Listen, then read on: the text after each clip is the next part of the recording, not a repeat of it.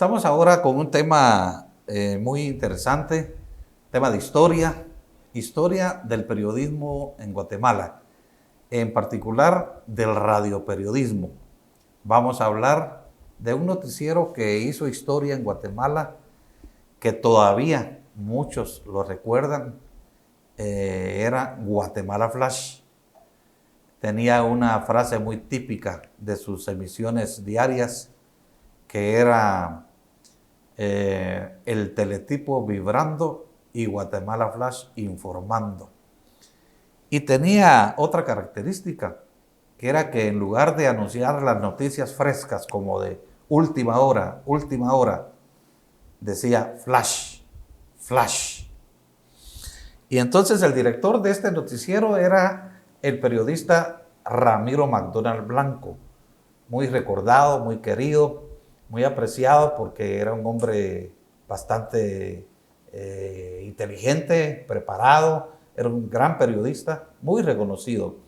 Y ahora tenemos nosotros aquí en este programa al hijo de Ramiro McDonald Blanco, que también es periodista y catedrático universitario en Ciencias de la Comunicación, y un hombre pues también, igual que su papá, heredero de esa cultura, de ese pensamiento, de esa profesión del periodismo. Así que bienvenido, Ramiro, a este programa. Este es un programa de entrevistas, de opiniones. Se puede ver en todas las redes sociales y también los que tengan su teléfono Android lo pueden bajar de una aplicación que es Más TV Guatemala. Y ahí pueden ver y escuchar este programa en vivo los días miércoles a las 7 de la noche, y luego en redes sociales también puede ser escuchado en Spotify, en YouTube, por supuesto en Facebook, en Twitter, y ahí estamos con nuestra programación de cada semana. Bienvenido, Ramiro, a este programa. Muchas gracias, muy amable. Te agradezco el espacio porque he tenido la curiosidad de ver el programa ya en varias ocasiones y me llamó mucho la atención cuando me dijiste que queríamos que nos reuniéramos y que platicáramos de 2 o 3 temas que son los que transversalmente ya dijiste: Guatemala Flash, la vida de mi padre al frente del medio durante 40 años. Él fue director 40 años de Guatemala Flash. Sí, fue uno de los noticieros pioneros del radioperiodismo en Guatemala, ¿verdad? Fíjate que hay una característica peculiar con lo que son los noticieros de radio. En el 44, cuando llega la revolución, se liberan las frecuencias porque Ubícote las tenía acaparadas. Solo tenía la capital y una en Xela y otra muy cercana que era muy... Entonces, la revolución viene en el 44 y en el 45 libera las frecuencias. Hay una revolución interesante en la radio y empiezan a transmitirse o a crearse las radios comerciales. Y dentro de las radios comerciales, la tercera radio comercial se crea la Radio Ciros. La Radio Ciros en la Sexta Avenida, casi enfrente al Cine Lux de la zona 1, en la parte alta de la Radio Ciros hay un altillo y ahí se crea Guatemala Flash el 20 de noviembre de 1946. Entonces es casi como el tercer radioperiódico que se crea en Guatemala, porque el primero, lógicamente, estamos hablando de Diario del Aire, fundado por Miguel Ángel Asturias, quien es el que crea el sistema y el esquema que va a predominar durante casi todo el siglo XX en la radio información. Él crea el concepto del radio periódico. Y Guatemala Flash es como casi el heredero de ese esquema que Miguel Ángel Asturias crea para poder convertirlo en un noticiero muy moderno cuando ya está en manos de mi padre unos 3 o 4 años posteriores a su fundación. Entiendo que hace menos de un año habría cumplido 75 años. Efectivamente, el 20 de noviembre del año pasado, el año 2021, hubiera cumplido 75 años. Por eso es que hicimos un libro para refrescar la memoria de Guatemala Flash, para darle la importancia y la relevancia que tiene dentro de los medios de comunicación que tradicionalmente fueron muy influyentes durante el siglo XX en la opinión pública a partir de los años 40, 50, y como tú sabes, las luchas en favor de la democracia, la libertad de expresión que tanto tu padre como mi padre ejercieron a través de la APG y las otras instituciones que buscaban la libertad de expresión durante todas las dictaduras militares del siglo XX, ¿verdad? Vos trabajaste en el noticiero Guatemala Flash. Desde muy pequeño. Estuviste trabajando en la redacción, fuiste muy activo en ese medio. Sí, porque desde que tenía 12 años me ligué, literalmente hablando, al noticiero porque era acompañar a mi papá a todo lo que él hacía. Entonces me levantaba a las 5 de la mañana, íbamos a la emisión de las 6, regresábamos a las 7:30, 8 a la casa a desayunar. Yo regresaba al noticiero o tipo 8:30, 9, me quedaba todo el día ahí, hacíamos la segunda emisión, mi papá regresaba para la emisión de mediodía y posteriormente la emisión de la noche, que era a veces muy complicada porque era a las 6 o 7 de la noche que yo ya regresaba a mi casa, pero entonces teníamos una relación entre padre e hijo, pero además de padre y empleado. Y era una cosa muy difícil manejar las dos cosas, las dos relaciones, pero muy estimulante porque era una característica peculiar. O sea, él me enseñaba diariamente, dentro de lo que era el noticiero, a hacer periodismo sobre la marcha, en el acto, y además, como hijo, recomendándome y haciendo mi formación humana, que la debo realmente a él. Yo no recuerdo si Guatemala Flash tenía editorial. Siempre. ¿Sí tenía? Siempre. Y era una de las características peculiares de Guatemala Flash. A mí un militar de data alcurnia me dijo una vez que en el ejército todos los medios días les temblaban los pantalones cuando llegaba la hora del editorial de Guatemala Flash, porque ya sabían que venía un ramalazo de aquellos bien puestos. Y ese es lo que extrañamos hoy de los editoriales, de los noticieros, perdón, que ya no tienen editorial, que ya no hay una opinión en la cual pueda decirse es la función orientadora del periodismo, que es una de las funciones más importantes.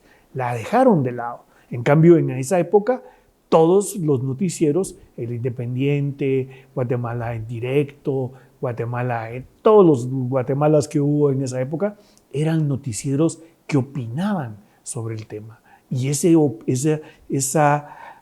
formato opinativo se perdió lastimosamente ya en entrado el siglo XX. En cambio, el siglo XX fue muy, muy fuerte en esa parte editorial de siempre de Guatemala Flash. Es que para quienes no vivieron esa época del periodismo radial, es importante decir que el periodismo radial era muy combativo, ejercitaba la libertad de expresión, la crítica, la denuncia. Yo recuerdo los nombres por ejemplo, del Independiente que hoy ya mencionaste. También había otro, Cartones Radiofónicos. Que era dirigido por Mario Monterroso Armas, quien por cierto fue asesinado. Claro. Recuerdo también El Patriota, otro noticiero de doña Marta Díaz de Torres, de doña Martita, y su esposo. Sí, sí. Eran noticieros que tenían mucha audiencia. Y por supuesto eran digamos, más escuchados porque la radio era el medio más común, ¿verdad?, de ese tiempo, no tanto la prensa escrita. Entonces, eso se fue perdiendo en Guatemala, pero estos radioperiódicos hicieron mucha historia y hubo muchos periodistas también asesinados que trabajaban en radio. Recuerdo que Marco Antonio Cacao también tenía otro noticiero donde sacaba editoriales muy fuertes en Radio sensación, me parece. Así es. Y bueno, también Guatemala Flash tuvo su historia en cuanto a la represión de esos años. Si no mal recuerdo, tu papá, Ramiro McDonald, fue capturado allá por 1965 porque Guatemala Flash difundió una entrevista con Luis Turcios Lima, Así es. que era jefe guerrillero. Y en los años 70 también, en 1970, fueron asesinados otros 2 periodistas que también laboraban en Guatemala Flash, uno de apellido Solórzano y creo que el otro Luis Pérez. Así es. ¿Verdad? Entonces, fue un periodismo que también sufrió mucho.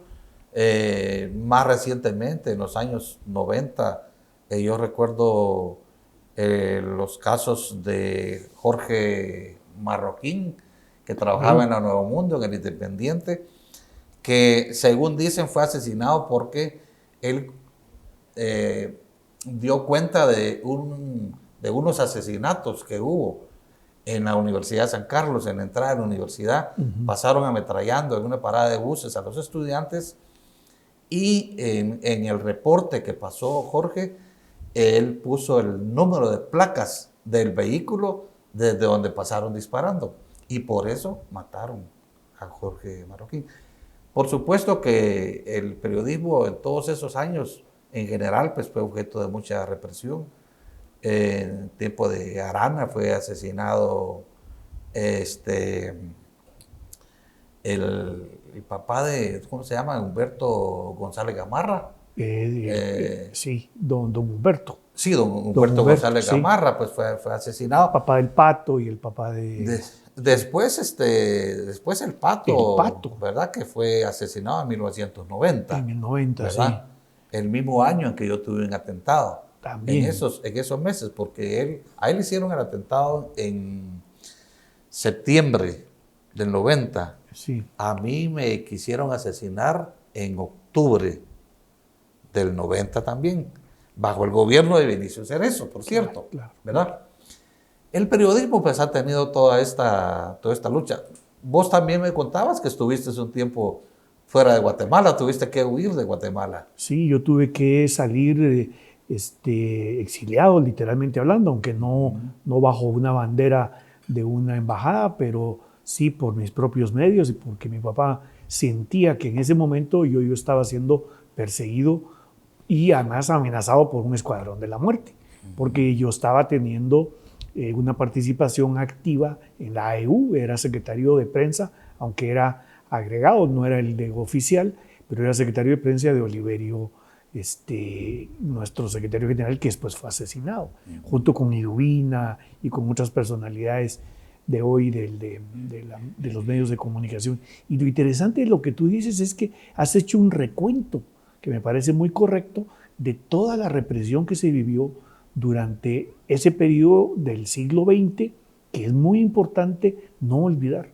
porque si bien estamos hablando de una parte de la dictadura militar, todos los militares que gobernaron en el siglo XX bajo la careta de democracia, también en tiempos de mi inicio, cuando regresó la democracia, hubo una parte, un buen espacio en que se ejecutó la represión contra la prensa, porque siempre a la prensa le han tenido miedo, y le han tenido miedo porque de una u otra forma ha tenido la capacidad de denuncia y ha tenido el valor de oponerse a los desmanes del poder, de cualquier tipo de poder. En este caso el poder político o el poder militar, como lo hicimos durante el siglo XX, en esos años 60, 70, 80, que fueron desastrosos. Cientos de periodistas, podríamos decir, fallecieron víctimas de atentados criminales contra sus vidas o atentados contra sus espacios de trabajo, como te tocó a ti sufrir en carne propia con tu periódico.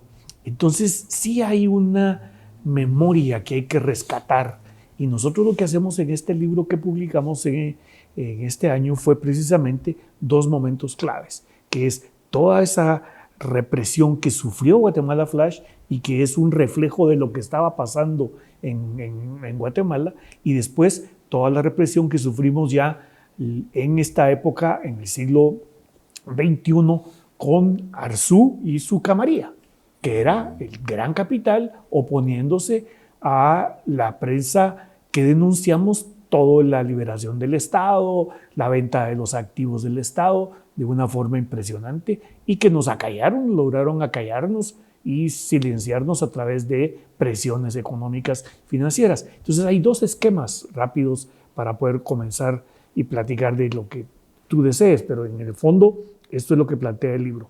Una generación que es la generación de nuestros dos padres, que luchó por la libertad de expresión y que sufrió una represión directa por las dictaduras militares. Y luego un grupo de personas que económicamente ahogaron a varios medios, entre ellos Revista Crónica, lamentablemente, y Guatemala Flash, como lo exponemos en el libro de una forma muy clara. Así que sí, ese es el tema. La represión contra los periodistas ha sido permanente en Guatemala todo el tiempo. Sí. Y bueno, hoy ya no digamos. Sí, es parte de toda la agresión que sufre la libertad de expresión, porque el periodismo es una expresión de todas las demás expresiones ciudadanas. Recordemos la muerte, el asesinato en tiempos de Ubico, al finalizar la dictadura de Ubico, del director del Imparcial, Alejandro Córdoba, ¿no? Claro, que genera todo un movimiento social en Guatemala entera, ¿verdad? Sí, yo me recuerdo, y es bueno citarlo, lo que dijo el muñequito del Imparcial. Era famoso el muñequito del Imparcial, que siempre aparecía con la mano, con la cara tapada con el periódico. Que es la conciencia crítica, ¿verdad?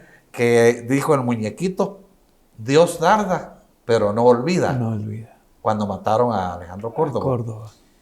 Y después, cuando cayó Ubico y entró la revolución, capturaron al responsable del asesinato del periodista.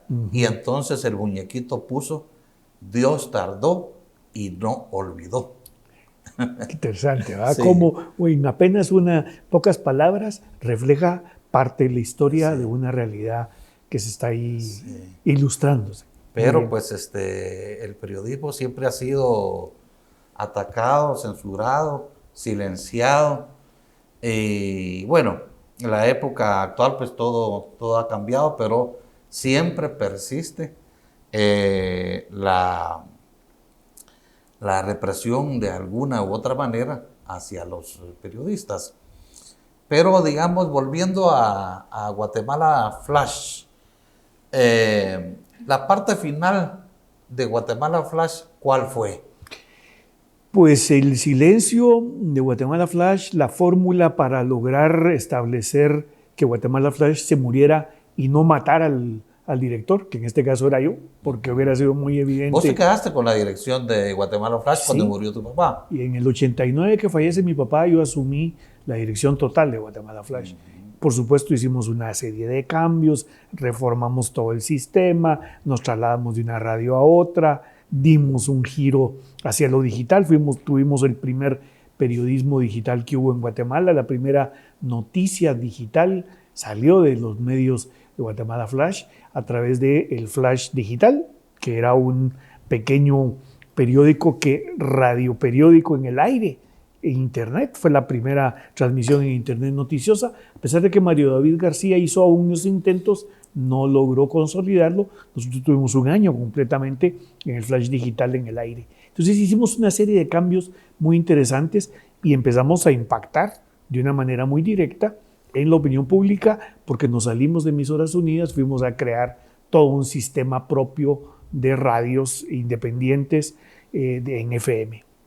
En ese esquema yo agarré la dirección y le di un giro que buscaba amplificar todo lo que era las noticias y la producción noticiosa. Inclusive creamos un noticiero de televisión que lamentablemente no tuvo éxito y se tuvo que cerrar al año. Pero lo importante de esto es que cuando asumimos este esquema, entra el movimiento liberal en Guatemala. todo ese neoliberalismo que Álvaro Arzú traía pensando en liberar la economía, pero para dárselas a sus amigos, los grandes inversionistas. Y entonces nosotros, junto con Crónica, La Hora y algunos otros periódicos y otros medios interesantes, creamos una especie de entente para oponernos a que se desmantelara el Estado. Y eso en realidad creó una oposición entre un sector neoliberal de Guatemala con Arzú a la cabeza y decidió por parte de él directamente ahorcarnos económicamente. Entonces mandó a un montón de personas a revisar en la SAT, de la SAT a revisar a las empresas que eran nuestros anunciantes y a decirles, si siguen publicando anuncios en Guatemala Flash o en Revista Crónica, los vamos a auditar y les vamos a poner multas imparables que ustedes no van a soportar. Entonces la gente se retiró de Guatemala Flash como anunciante, se retiró de Revista Crónica como anunciante y nos ahogaron económicamente. En términos de un año, año y medio, si facturáramos 10, empezamos a facturar 2 o 3. Y entonces eso fue imposible y en año y medio literalmente estábamos quebrados. Entonces económicamente nos ahogaron y nos compraron encima de eso. Sin saber nosotros, cuando nosotros nos vimos con deudas que estábamos hasta la coronilla, como decimos en buen chapín, pues decidimos vender porque no había otra opción de recuperar mínimamente la inversión. Hicimos todos nuestros pagos desde el punto de vista del pasivo laboral, cancelamos a todos nuestro personal hasta el último de todos los centavos, salimos limpios, salimos cuadrados, pero quedamos con la solvencia de haberle pagado a nuestros colaboradores hasta el último de los centavos y nos retiramos de Guatemala Flash y resultó que el que había comprado era Álvaro Arzú para instrumentalizar el medio para poder lanzar a su propia candidatura, la candidatura que le iba a seguir a él. Entonces, ese fue el esquema que Álvaro Arzú encontró para ahogarnos económicamente y no matar al mensajero, que era yo, en todo caso, y la familia McDonald, ¿verdad? Es muy parecido a lo que están haciendo para callar, para eliminar a el periódico. Así es, ¿verdad? es el mismo esquema. Sí, exactamente.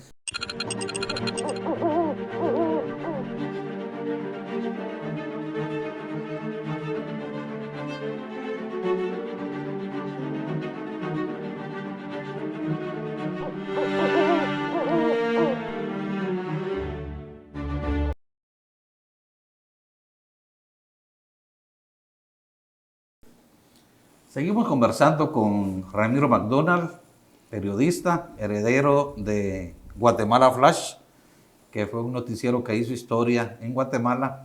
Y estamos hablando en general del periodismo, en especial del periodismo radiofónico, que jugó un papel muy importante en los años, digamos, de los regímenes militares, donde hubo mucha represión a los periodistas, a la prensa en general, donde se atentó contra la libertad de expresión. Historia que no termina, porque cerramos la parte anterior del programa hablando sobre cómo fue que terminó Guatemala Flash en el momento en que se legisló sobre las comunicaciones. En el gobierno de Arzú se hizo la nueva ley de comunicaciones que pues reguló todo el tema de las frecuencias que se fueron a subastas, y eso fue pues un triste final, diríamos nosotros, de lo que fue una etapa florida que tuvo el pueblo de Guatemala, que fue la radiodifusión más independiente, más libre, menos desconcentrada en cuanto a propiedad de como lo tenemos hoy día. Y nos decía nuestro invitado, Ramiro McDonald, hijo, que el final de Guatemala Flash es muy parecido a la historia que se está viviendo actualmente con el cierre paulatino del periódico. Porque, digamos, la captura del director José Rubén Zamora y luego la captura de la directora financiera pues obedece a un plan, que es que el periódico desaparezca. ¿Lo ves así, Ramiro? Totalmente, es toda una estrategia montada inicialmente por Álvaro Arzú, que fue el que definió este tipo de estructuras como tú bien lo estás analizando, y la idea es no matemos directamente físicamente a una persona, pero sí ahoguemos económicamente al noticiero o en este caso al periódico. Entonces la intención es acallar al periódico porque su lucha, que ha sido muy valiente, ha sido muy perspicaz y ha sido permanentemente en los últimos 20 años o más, ha tenido una repercusión internacional muy importante. José Rubén está siendo considerado como uno de los grandes líderes de opinión de América Latina, y en el mundo entero se le considera hoy como una víctima de la represión directamente que Yamatei está ejerciendo contra el periódico.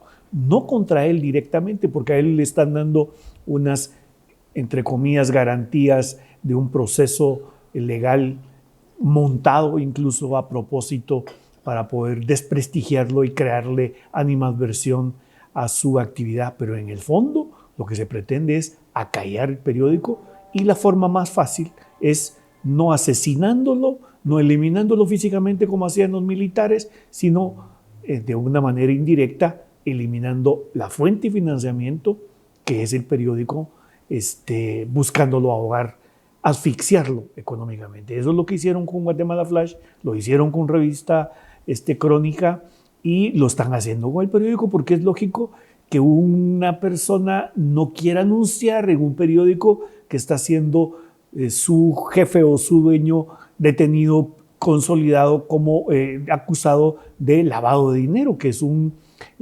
mecanismo que ha utilizado Daniel Ortega y han utilizado los dictadores en América Latina para desprestigiar a los directores de los periódicos y eliminarlos de una forma indirecta al medio, que es el mensajero, para poder acallarlo y cercenar la libertad de expresión.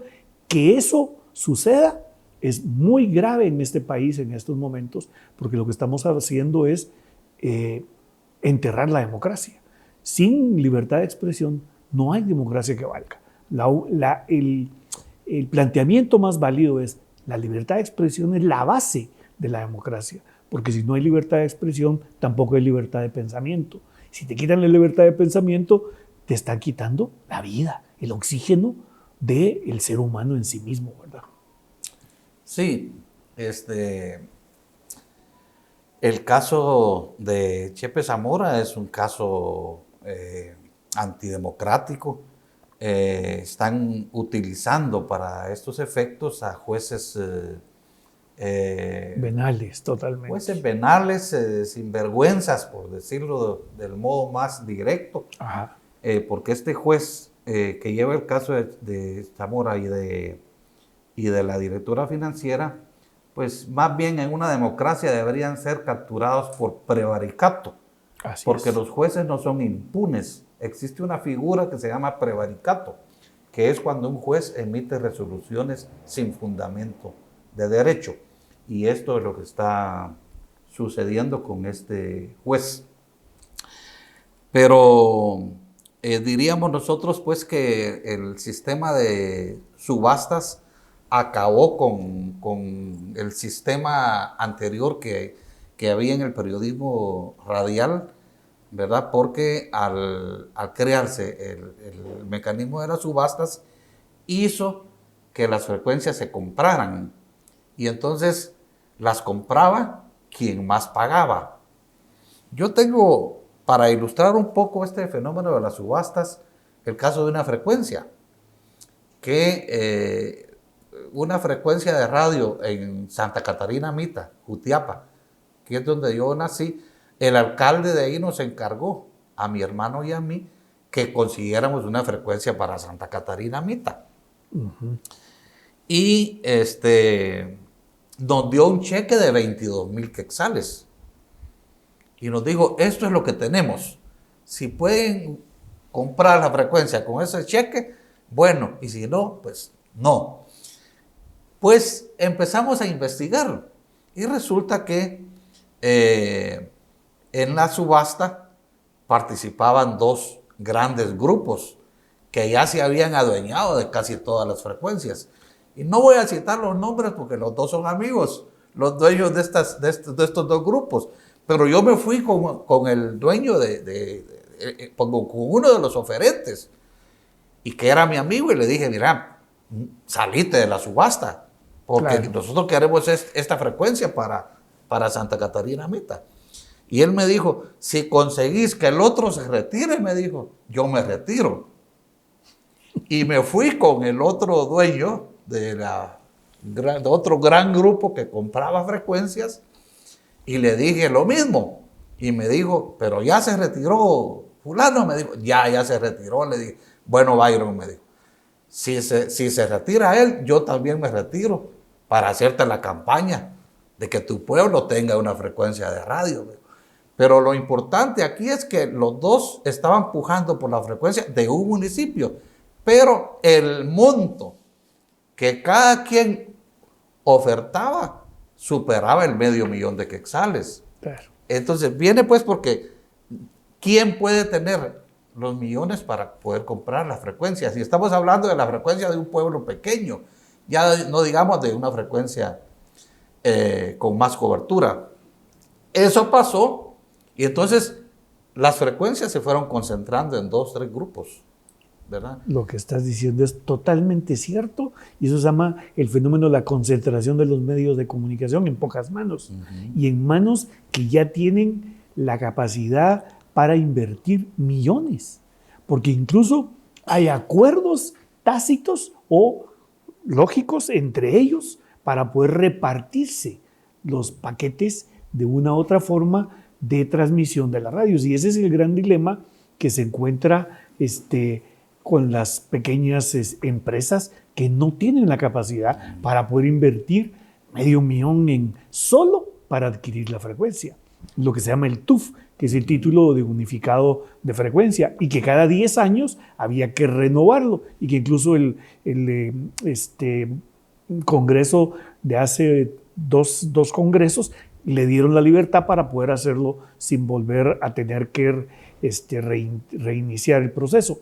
Pero el gran dilema es la concentración de medios en las pocas manos, y la radio perdió totalmente esa posibilidad, porque antes las radios eran de pequeños empresarios locales que tenían la posibilidad de montar sus noticieros, de hacer sus radios pequeñas que transmitían las noticias y las cuestiones culturales de la propia localidad. Hoy ya no. Hoy todas las radios, la mayoría, son parte de una radio concesionada en gran escala a nivel industrial y en procesos de concentración en 2 o 3 grandes corporaciones, como lo que tú estás diciendo, que son los que manejan los presupuestos de publicidad y encima de eso manejan la opinión pública. Por eso es que es tan fácil, de una u otra manera, para ciertos políticos manejar con pauta a través del gobierno a ciertos medios de comunicación, en este caso radiofónicos, que determinan en un momento dado la influencia sobre las decisiones políticas, las decisiones culturales, las decisiones comerciales. Ese es un fenómeno de concentración que se da, por supuesto, en toda América Latina, pero en Guatemala particularmente es el único lugar del mundo. Es que eso hay que entenderlo con una inteligencia media. El único lugar del mundo en que las frecuencias se subastan. No hay ningún otro país. Es un modelo eminentemente casi como extractivista de las empresas mineras. Un modelo completamente comercializado, que incluso atenta contra la libertad de expresión a nivel de la humanidad, porque las frecuencias son propiedad de la gente. En el fondo, lo que hicieron fue comercializar hasta el último de las transmisiones que se puedan hacer para poder utilizarlas públicamente, porque todos tendríamos derecho a tener una radio o por lo menos los grupos organizados. Y aquí a ningún grupo organizado a nivel popular se le da. En El Salvador sí hay oportunidades de que si tú te organizas te dan la posibilidad de que te den una radio o una concesión pequeña, pero te la dan. Aquí no. Aquí los grandes capitales son los que manejan las radiofrecuencias totalmente liberadas hacia un evento de carácter, ¿cómo le dice? ¿Cómo es que se llama esto? Es subasta. Y el que tiene plata es el que gana. Entonces, el que no tiene plata no tiene posibilidad de tener una pequeña frecuencia que le permita en un momento dado adquirir una radio que represente los intereses de la comunidad, que represente los intereses de un grupo social. Por supuesto, si sos comercial, eso es obvio que vas a tener una gran capacidad porque tenés un presupuesto alto y todo eso. Mucho ¿verdad? menos pensar en la televisión abierta, que es un monopolio. Cerrado, totalmente. Cerrado. Totalmente. Donde no hay una libertad de expresión, donde no hay diversidad de programas, de debates, de discusión de los problemas nacionales. Que es el fenómeno que se da también como forma exclusiva en Guatemala, que las 4 estaciones de televisión estén en manos de una corporación. Toda la televisión abierta en Guatemala está en manos de una sola persona, que Ángel González Herantes la vendió incluso, ahora lo maneja el grupo de Televisa, pero que en un momento dado es imposible romper ese monopolio porque es una cosa cerrada. 4 canales únicos en este país, abierta, televisión abierta, y 4 canales en manos de una sola persona o una sola corporación. Es inaudito, igual que la subasta de las frecuencias. Todo el sistema de comunicación electrónica en este país está viciado totalmente. Dejaron unos medios, unas frecuencias de una manera así como muy... aleatoria. Sí, porque, por ejemplo, el Canal 5 de televisión se lo dejó... Anulado. Sí, se lo dio en su fruto el gobierno de Alfonso Portillo a la Academia de Lenguas Mayas. Pero está anulado, está en cero, no funciona. Pero es un canal donde el presupuesto lo ocupan solo para consultorías. Sí. Y el canal no existe. No existe, no está en el aire. El canal del Congreso, que es un canal del Congreso, de los diputados corruptos también, que son quienes manejan ese medio.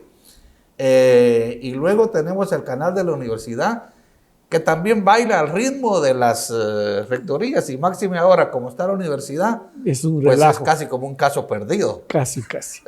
O sea que electrónicamente estamos hablando de medios de comunicación en manos de gente incapaz, por un lado, que no pone a funcionar ese canal, porque el canal del 5, que era del ejército, que Alfonso Portillo muy inteligentemente se lo da a los grupos indígenas, no funciona. Y el canal del Estado, perdón, de la universidad es un canal anárquico, sin capacidad de producción, sin movimiento, una cosa completamente politizada. Sin difusión, porque hay que tener una antena especial para ver ese canal. Y los otros 4 canales en manos de la Corporación ahora de México, ¿qué? Nada. Estamos hablando de un sistema electrónico que lo único que compite es Internet a través de los canales alternativos, como este canal, que tiene una emisión formalmente pero hay que tener Internet, hay que manejar todo el sistema, hay que tener un teléfono o hay que saber cómo organizarlo. Así que se complica el mundo de la transmisión electrónica en Guatemala, lamentablemente. Y la prensa escrita, que va también casi en proceso de extinción. Ya. ¿Verdad? Porque los medios, yo me recuerdo que en los años 70, 80, habían como 7 o 9 diarios. Así es. ¿Verdad? Pero ahora... Y así de publicaciones. Sí, exacto. ¿Te recuerdas Prensa Libre cómo salía? Prensa Libre tenía hasta 120 páginas. Sí. ¿Verdad? Y hoy tiene 15, 20. Sí. Y ya casi desapareciendo. Sí. ¿Verdad? Sí. Porque el periódico, que ya lo están desapareciendo. Asfixiando. ¿Verdad? Sí. Y entonces... y la hora que solo es digital. La hora que pasó a ser digital. Solo nada digital. Más. Sí. Entonces, estamos hablando, bueno, vos sos catedrático universitario en el área de comunicación. Sí, esa es mi especialidad. Entonces, ¿cuál es el futuro de los estudiantes sin medios? La digitalización, ese es el paso. Ese es el todo digital. Estamos viviendo en un mundo virtualizado, ¿verdad? La virtualidad real que vivimos es una cosa que es verdadera, que es auténtica, que se vive todos los días, pero los medios informativos se han convertido en esa virtualidad. Ya casi desaparece el papel, ya casi desaparecen las radios. La radio, todo es Spotify, todo es el aire. La gente joven ya no escucha radio. La gente radio es la gente antigua, la gente como vos y yo le gusta escuchar Emisoras Unidas o la radio Nuevo Mundo o la radio, qué sé yo, que es noticiosa. Pero la gente joven no le está interesando ese tipo de informativos ni radio que complique, que te cuestione, que te plantee cosas interesantes, siendo radio light, radio muy de compañía y de música. El mundo del entretenimiento. Totalmente. De lo trivial. Totalmente. ¿Verdad? De lo superficial. Sí, totalmente. Eso ha venido pues a anular mucho el pensamiento, la investigación, el análisis. Y el criterio de la gente joven. Porque por eso es que son manipulados por los políticos. Sí. Que es muy fácil llevarle una cancioncita, llevarle una musiquita pegajosa y hacer como que sos democrático. Y entonces paras votando por alguien que no lo es, ¿verdad? Como el presente señor que tiene 20 años de estar luchando para llegar y hasta que le suena la flauta, alcanza el lugar. Sí. Ese es un y siquiera que para algo bueno. Porque hacer campaña 20 años para hacer un gobierno inútil. Y corrupto. Y manipulador y dictador de los derechos humanos y de las libertades de expresión. Estamos fregados. Esa es la realidad de Guatemala, ¿verdad? Sí. La ciudadanía casi se está perdiendo. Ojalá que surjan opciones, porque yo no descarto que surjan opciones que pueda usar, claro, donde el ciudadano se sienta activo, protagonista de un proceso de cambio, porque no podemos ver que todo siga sin cambiar. Yo creo que hay que visualizar siempre a un próximo futuro donde la sociedad cambie, porque en otros países pues hay cambios. Claro. Y yo no descarto que Guatemala en algún momento pueda haber una reacción de la gente, aunque yo sé que ahora la domesticación es terrible a través de los medios, del teléfono, ¿verdad? Pero tenemos la esperanza de que esto en algún momento pueda modificarse. Vamos a volver con la conversación con Ramiro McDonald en un momento.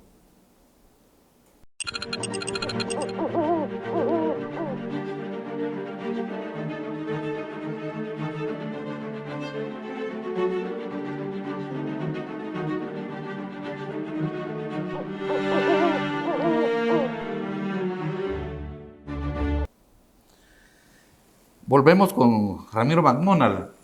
Estamos en un proceso de cambio en el periodismo. Hablábamos en el segmento anterior de prácticamente la desaparición del periodismo, digámosle, independiente. Yo sé que tal vez algunos colegas que trabajan en radio se molestarán por esto que estoy diciendo, pero antes había un periodismo mucho más independiente que el de ahora. Y entramos pues al periodo de las subastas, implementado por la nueva ley de comunicaciones que aprobó Álvaro Arzú y que prácticamente anuló con el régimen de libertad de expresión, con el libre ejercicio periodístico que existía, y entramos a una nueva dimensión que es la que vivimos actualmente, el dominio de las redes sociales y casi la desaparición progresiva de la prensa escrita. El fenómeno de la censura también diríamos que no solo es local.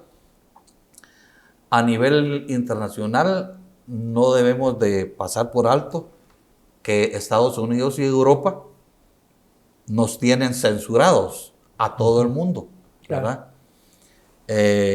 Porque ahora con esta guerra que existe entre Rusia y Ucrania, pues Europa y Estados Unidos prohibieron la lectura, el acceso a los medios de comunicación rusos, que también tenían una difusión tan amplia como la tiene CNN, como la tiene la Voz de los Estados Unidos de América, y por supuesto los medios europeos, como los medios alemanes, ingleses, franceses, etc.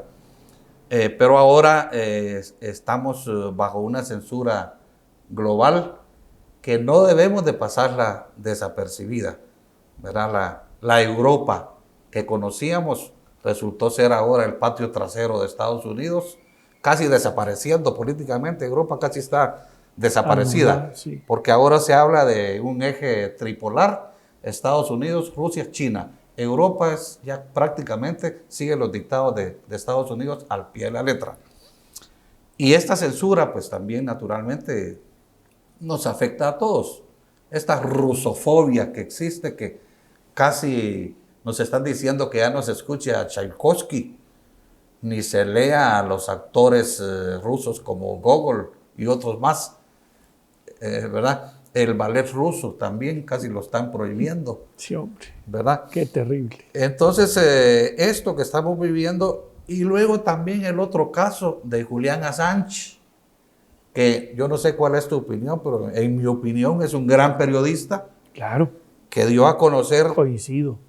muchos documentos a los que de otra manera no habrían dado a conocer, y donde Estados Unidos y los órganos de inteligencia y de represión de muchos órganos de poder pues hacían desapariciones, torturas, etcétera, y controles mediáticos y todo, y nadie se enteraba. Él dio a conocer todo esto, y entonces ahora tiene mucho tiempo, muchos años de estar prisionero, muy enfermo, según dicen. Así está. Y está próximo a ser extraditado a Estados Unidos, posiblemente con una prisión perpetua, o algunos creen que ya no va a vivir mucho tiempo. Pero esa es la realidad que estamos viviendo. En el marco nacional, una dimensión también muy incierta, y a nivel internacional, igual también de incierta.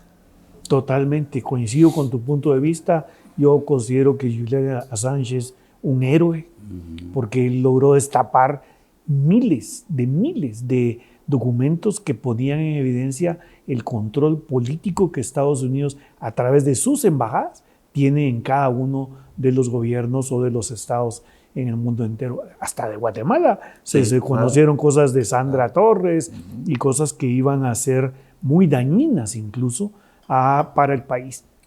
Entonces, Julian lo que hizo nada más fue recopilar todos esos documentos, y junto con una gran red de periodistas en el mundo, especialmente periódicos serios, que quiero hacer una anotación al margen de este tema, transmitieron esos cables que eran de las embajadas que iban directamente a su gobierno. Y ese fue el pecado de Julian, y por supuesto va a ser extraditado a Estados Unidos, y a lo mejor hasta pende la posibilidad que le corten la cabeza, o como simbólicamente pueda ser ejecutado, porque la pena que va es o perpetua o posibilidad de pasar por las armas, así entre comillas.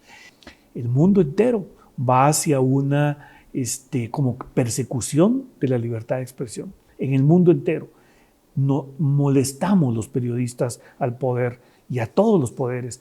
Los molestamos a los poderes religiosos, que son terriblemente manipuladores de la fe con la gente. Molestamos a los poderes económicos porque son terriblemente manipuladores de la sensación comercial. Molestamos al poder político porque le sacamos sus trapitos al sol. Entonces, la actividad periodística se está viendo en estos momentos como una actividad molesta, que hay que eliminar, que cada vez es más difícil de controlar, y los que somos periodistas, que nacimos en el periodismo del siglo XX y que estamos ejerciendo todavía a nuestra edad este tipo de periodismo, nos cuesta meternos en este nuevo esquema de comunicación unidireccional, que lo que están haciendo los periodistas, los grandes poderes, es tratar de anularnos, y lo que tenemos que hacer nosotros es unirnos para seguir creando medios, aunque sean independientes, pequeños, pero que trabajemos en pro de la libertad de expresión, porque si no hay libertad de expresión, no hay democracia. No tenemos la capacidad de montar una democracia que sea real, sino de fachada, como la que estamos viviendo en este país, a través de una democracia totalmente falsificada y de fachada, como digo, ¿verdad? ¿Qué opinión tenés de este plagio que hizo el gobierno en esta su campaña, donde, según lo descubrió, bueno, yo lo vi en la columna de Mario Antonio Sandoval, de Prensa Libre, que usaron la G de una radio de África. Del África, sí. Y prácticamente la copiaron. Se la fusilaron. Sí, porque era una G. Era una G de Guatemala, que es la G de Yamatei. Sí. También, que en el fondo hay una lambisconería de parte del diseñador. Eso es un robo. Pero qué mediocridad también, porque totalmente. No hay creatividad, no hay originalidad. Y encima de eso pagan 7 millones de quetzales por esa cosa. Yo hago un artículo, precisamente va a salir entre hoy y mañana, de un análisis semiológico sobre ese tema. Y es una cuestión eminentemente de un robo intelectual de forma descarada y con un pago asombrosamente alto. Sí. Eso me recuerda a mí el plagio que hizo un exdiputado. A ver. Que también se la llevaba de columnista. ¿Así? Sí. ¿Así? Sí, Mariano Rayo. Mariano. Sí, cierto. Que le descubrieron un artículo que escribió que era la copia de un artículo de otro autor en un diario argentino. Y solo le puso su nombre. Solo le puso su nombre. Y hoy es periodista. Es periodista y es analista. Mariano, mis saludos a vos, Mariano. Te debemos la ley de la libertad de expresión. Por cierto que él fue muy activo en la redacción o elaboración de ese proyecto en tiempos de Arzú. Así es, él fue uno de los impulsores y varias de las leyes económicas que se manejaron en el tiempo de Arzú, él las impulsó. Así que nuestros saludos, pero nos recordamos de vos y ese plagio que hiciste cuando eras diputado. Algo más, Ramiro, de Guatemala Flash que querrás relatarnos. Mira, una cosa curiosa. Que se te pase por alto. Una cosa curiosa. Es un medio que todavía está en la mente de las personas. Se mantiene como una marca. Porque cuando la gente habla de Guatemala Flash, o los papás o los hijos todavía recuerdan a ese medio con cariño y con aprecio. Tuvimos una redacción muy interesante. Gente muy dedicada. Periodistas de corazón haciendo el interés de informar en forma abierta, en forma muy profesional. Y es curioso que tantos años después, fue hace 25 años que desapareció Guatemala Flash, todavía esté persistiendo en la memoria colectiva como uno de los medios referentes del periodismo radiofónico. Eso me parece muy curioso y muy interesante, que gracias por recordarlo. Yo creo de que sí es... Yo no recuerdo otro caso de una marca que prevalezca tanto, porque, digamos, el Independiente de Radio Nuevo Mundo, igual, incluso todavía se transmite. Sí, se transmite. Pero su identidad se perdió. Sí, ¿verdad? Se desdibujó. Sí, exactamente. Sí. En cambio, Guatemala Flash, pues como que todavía la gente, bueno, yo mismo recuerdo, y yo creo que mucha gente contemporánea de nosotros debe de recordar esa transmisión de Flash. El famoso Flash. ¿Verdad? Con el locutor que era un extraordinario locutor. ¿Quién era el locutor? Choco Méndez Cepeda. Choco Méndez Cepeda. Con gran característica de esa vozota tan peculiar que tenía. Fue 25 años locutor de Guatemala Flash. Uno de los grandes locutores de Guatemala, de verdad. Nuestro homenaje siempre y permanentemente para él. Y... ¿cómo era la frase con la que iniciaba? Guatemala Flash informando, el teletipo. El teletipo vibrando y Guatemala Flash. Guatemala Flash. Es Guatemala Flash, tierra del son, de las guapas mujeres y de la marimba. Exactamente. Ese era el eslogan que creó precisamente Francisco Montenegro Sierra, junto con mi papá, que fueron los dos que iniciaron el radio periódico, que por supuesto no fue idea de ellos, sino fue de un periodista viejo al que le compraron literalmente. Inclusive le pagaron, él le pagó a ellos porque no podía pagarles. Tenían 6 meses de ser locutores de Guatemala Flash y no tenía capacidad para pagarles. Entonces ellos le dijeron, nos quedamos con el noticiero y usted se queda sin deuda. Y así comienza Guatemala Flash en el 46, 20 de noviembre de 1946, hace 76 años casi. Sí. Te quiero contar ya para finalizar que cuando estaba yo en el exilio en México, había un empleado de nosotros, de la agencia, que instaló en un pueblo de Cuernavaca, porque no era Cuernavaca, era un pueblo cercano a Cuernavaca, no me recuerdo cómo se llama, es muy famoso ese pueblo. Ahí instaló una gran antena. Sí. Interesante. Y ahí él captaba y grababa Guatemala Flash. Y nos llevaba en la tarde la grabación. El noticiero de mediodía. Del noticiero del mediodía y de la mañana. Y ustedes con la noticia fresca de lo que estaba pasando en Guate.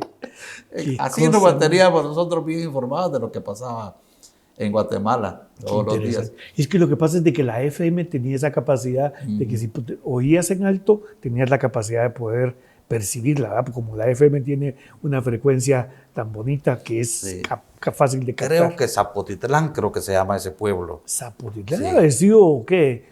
Unos 500 kilómetros adentro de la frontera, o más. No, porque eso está... cerca. Bueno, Cuernavaca está como a 90 kilómetros del Distrito Federal, pero por alguna razón ahí se escuchaba Guatemala Flash. Sí. Y muchos... Y esto es una revelación que hago años después. Cuando teníamos la agencia de noticias, se preguntaban cómo nosotros teníamos noticias del día. Qué interesante. El flash era tu fuente. El flash era la fuente. Mira, Guatemala Flash. Por esa antenita que tenía. Sí.